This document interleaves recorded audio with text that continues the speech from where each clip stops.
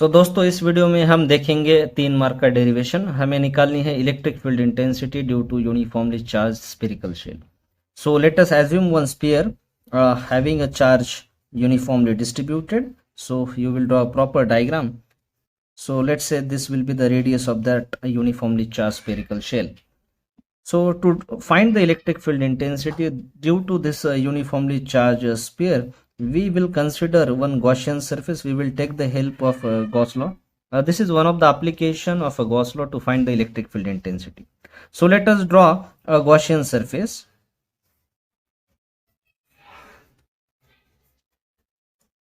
Okay, we know the electric field intensity due to this charge will be radially outward. So I will mark the electric field intensity vector. So this is our electric field intensity vector, which is in all possible direction. So you will draw a proper diagram. You can label the diagram. This is our what Gaussian surface. अब कहाँ पे निकाला है हमने ये Gaussian surface? जहाँ पे हमें इलेक्ट्रिक फील्ड इंटेंसिटी मेजर करनी है वो पॉइंट हमने यहाँ पे एज्यूम किया. Let say this is our point 2. So let us assume a small area ds. So this is our small area ds. So इसको रिप्रेजेंट करने के लिए हम वेक्टर ड्रॉ करेंगे, एरिया वेक्टर ds और इलेक्ट्रिक फील्ड वेक्टर. इन दोनों की डायरेक्शन क्या होगी? सेम होगी. So let us suppose r is the radius of a uniformly charged sphere, and so the small r will be the radius of this Gaussian surface. So this is our small r, which is greater than capital R, which is nothing but the radius of this particular Gaussian surface. So हमें Gauss theorem पता है. by Gauss theorem हम flux निकाल सकते हैं.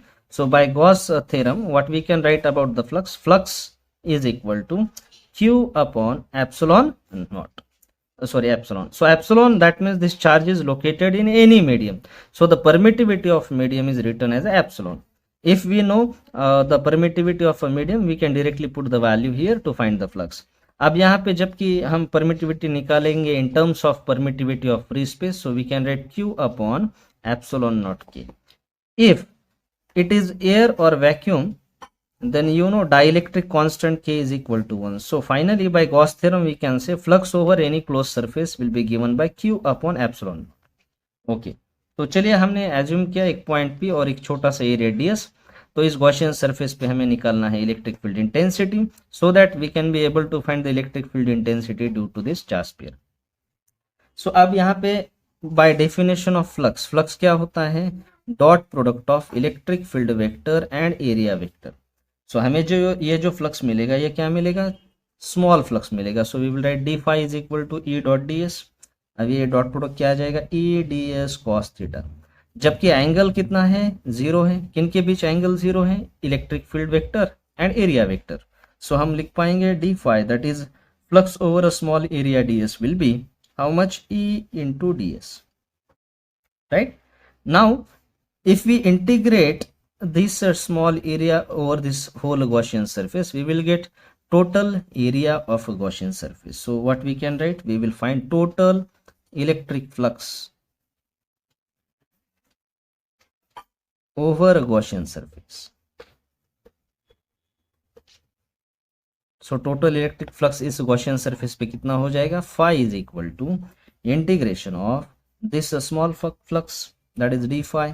So integration of this small flux we can write E ds. As electric field intensity is uniform, you can take out E out of the integration and you will write integration of small area ds. तो कितना ऐसे हम छोटे छोटे area को combine करेंगे तो हमें टोटल एरिया मिलेगा किसका? स्फीयर का. So finally we will get flux phi is equal to how much? E area of this particular sphere. We will write a circle, the sphere 4 pi r square. So this is our flux over this whole Gaussian surface which is in the form of sphere. But definition हमें क्या बताती है? phi is equal to what? q upon epsilon naught. और हमें electric flux over this whole Gaussian surface निकाला है E into 4 pi r square. So let's say this is our equation 1 and this is our equation 2. So from 1 and 2, what we can write? From 1 and 2 we can write q upon epsilon naught which is equal to E 4 pi r square. हमें तो निकालना है E.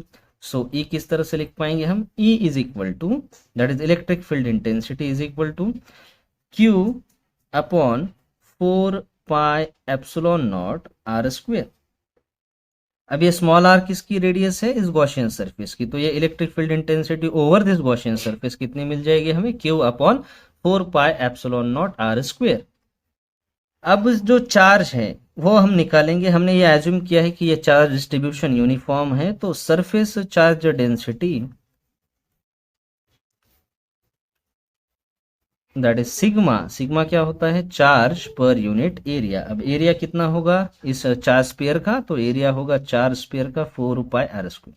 तो यहाँ से हमें charge पता चलेगा कि कितना चार्ज डिस्ट्रीब्यूट हुआ है, तो Q is equal to sigma into 4 pi r square.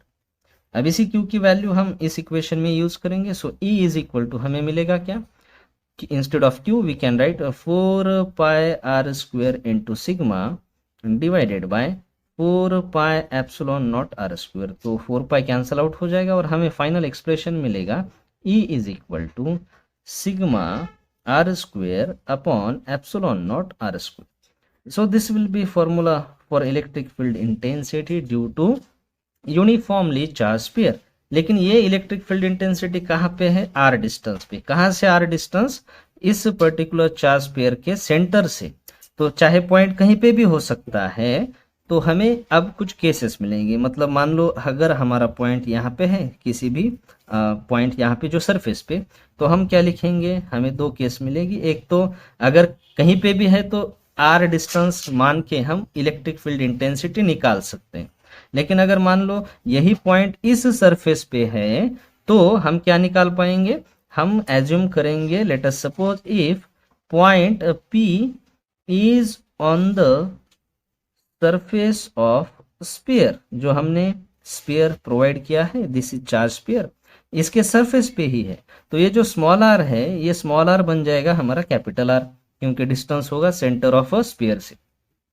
तो हम क्या लिख पाएंगे यहाँ पे, एक्सप्रेशन हमारा बन जाएगा E is equal to instead of small R we can write capital R. तो we will write sigma are square upon epsilon not are square. तो आर स्क्वायर कैंसिल आउट हो जाएगा और फाइनल एक्सप्रेशन हमें मिलेगा sigma is equal to E is equal to sigma upon epsilon not. So अगर point हमारा outside the sphere है, मतलब यहाँ पे clearly small r is greater than capital R, that means point is outside the charge sphere. So we can find the electric field intensity by the relation E is equal to sigma are square upon epsilon not are square. अगर हमारा point surface पे ही है इसी charge sphere के, तो हम लिख पाएंगे electric field intensity E is equal to sigma upon epsilon naught. और अगर अंदर है in the sense the sphere के बीच में, मतलब जो स्मॉल आर होगा वो कैपिटल आर से छोटा होगा। If point P is inside the sphere, तो हमारा जो पॉइंट है वो अगर अंदर है स्फीयर के, तो स्मॉल आर जो है वो लेस देन हो जाएगा किससे, कैपिटल आर से। अगर ऐसी सिचुएशन है तो हमें इलेक्ट्रिक फील्ड इंटेंसिटी अंदर कितनी मिलेगी, तो जैसे कि हमें पता है चार्ज जो डिस्ट्रीब्यूट हुआ होगा वो सरफेस पे हुआ होगा, अंदर तो नहीं जाएगा। तो हम लिख पाएंगे कि surface charge density inside the sphere कितनी होगी, 0, और देयरफॉर इलेक्ट्रिक फील्ड इंटेंसिटी भी कितनी होगी, 0। तो ये इलेक्ट्रिक फील्ड इंटेंसिटी होगी inside the charge sphere which is 0। This will be the electric field intensity on the surface of a charge sphere, and this will be electric field intensity at any point small r from the center of a charge sphere. So you can take a screenshot or make a note of it. This will be for 3 marks question.